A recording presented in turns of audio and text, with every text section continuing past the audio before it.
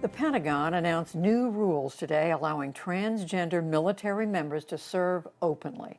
It follows a pledge from President Biden just days into his administration, restoring an Obama-era policy that was overturned by his successor, President Trump. The NewsHour's Ali Rogan spoke to transgender service members who've been waiting for this day. When Navy Lieutenant Commander Emily Schilling visits this retired warplane known as a Prowler, it's like seeing an old friend. She's tried to kill me. She's saved my life. She's been there on some of my scariest moments. Schilling's been in the Navy 15 years, most of them as a pilot, with more than 1,700 flight hours and 60 combat missions in Iraq and Afghanistan. For a long time, the cockpit was the only place she could be herself. Somebody once asked me, did I ever fly as trans? Did I ever fly as M? We're the same person. I am always M. I always have been. For most of her life, Schilling was known as Timothy. She came out as transgender in April 2019, 2 days after President Donald Trump reinstated a ban on people like her serving openly. I spent the first 36 years of my life trying to figure this out and fight it.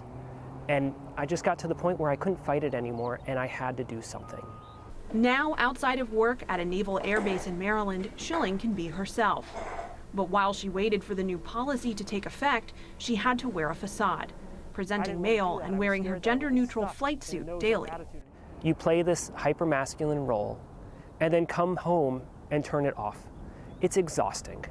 In 2016, President Barack Obama declared that being transgender was no longer grounds for dismissal.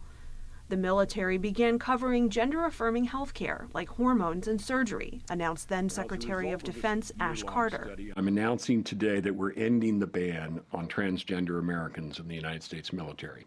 Schilling had been coming to terms with her gender identity during the Obama administration, but it wasn't the right time for her to come out. Then in 2017, a new policy from a new president.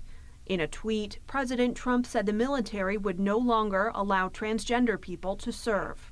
Those who received coverage during the Obama administration could keep serving openly, but all others would have to serve in their sex assigned at birth. By the time Schilling was ready to transition, the political winds had shifted. So you had a time period where people were allowed to be open and serve. And then when the ban went into place, you had a second class of people who came out too late and now had to go back into the closet. Transgender service members have been on a complete roller coaster ride over the past 5 years.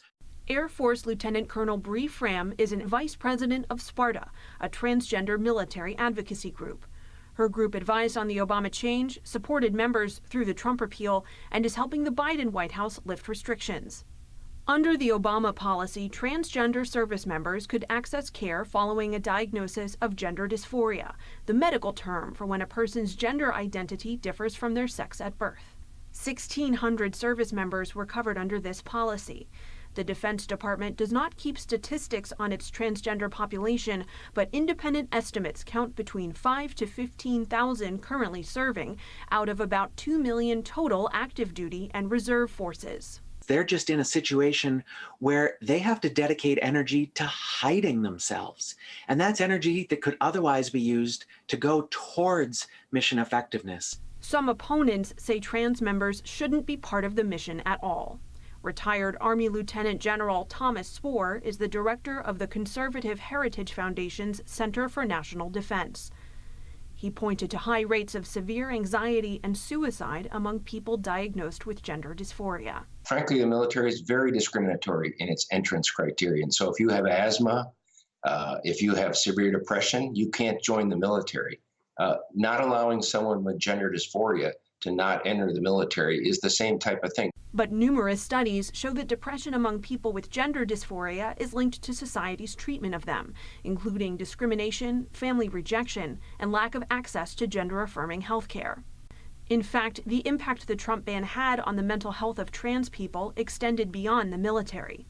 The Trevor Project, an organization supporting LGBTQ youth, said calls to its crisis line more than doubled following Trump's 2017 tweet. Amit Paley is CEO and executive director. When the president of the United States sends a message that trans people are not deserving of respect, that has an impact on the mental health of all trans and non-binary people. The new policy doesn't just affect transgender people who are currently serving. It also opens the door to those who have wanted to join the military but have been waiting. People like 23-year-old Kason Bradley, who wants to join the Army. It's really exciting. Bradley began his female-to-male transition, graduated high school, and tried to enlist, right as Trump was changing the policy. But rather than give up, Bradley dug in. Biding his time, he built himself into a better recruit. I had to think, it's not going to be forever. There's going to be a time where the policy changes. Bree Fram hopes this time the change is for good. After 4 more years of open service, we firmly believe that a military without transgender people will be just as unconscionable as a military without African Americans, without women, or without lesbians, gays, and bisexuals, because they all faced some very similar hurdles to what trans people faced. Meanwhile, Schilling is awaiting guidance for when she can move forward. When I go see my friends, when I go shopping, when I'm hanging out with my kids, I present as Emily. Now I can begin that process with the Navy. And soon she'll be able to officially reintroduce herself to the Prowler as who she really is. For the PBS NewsHour, I'm Allie Rogan in Patuxent River, Maryland.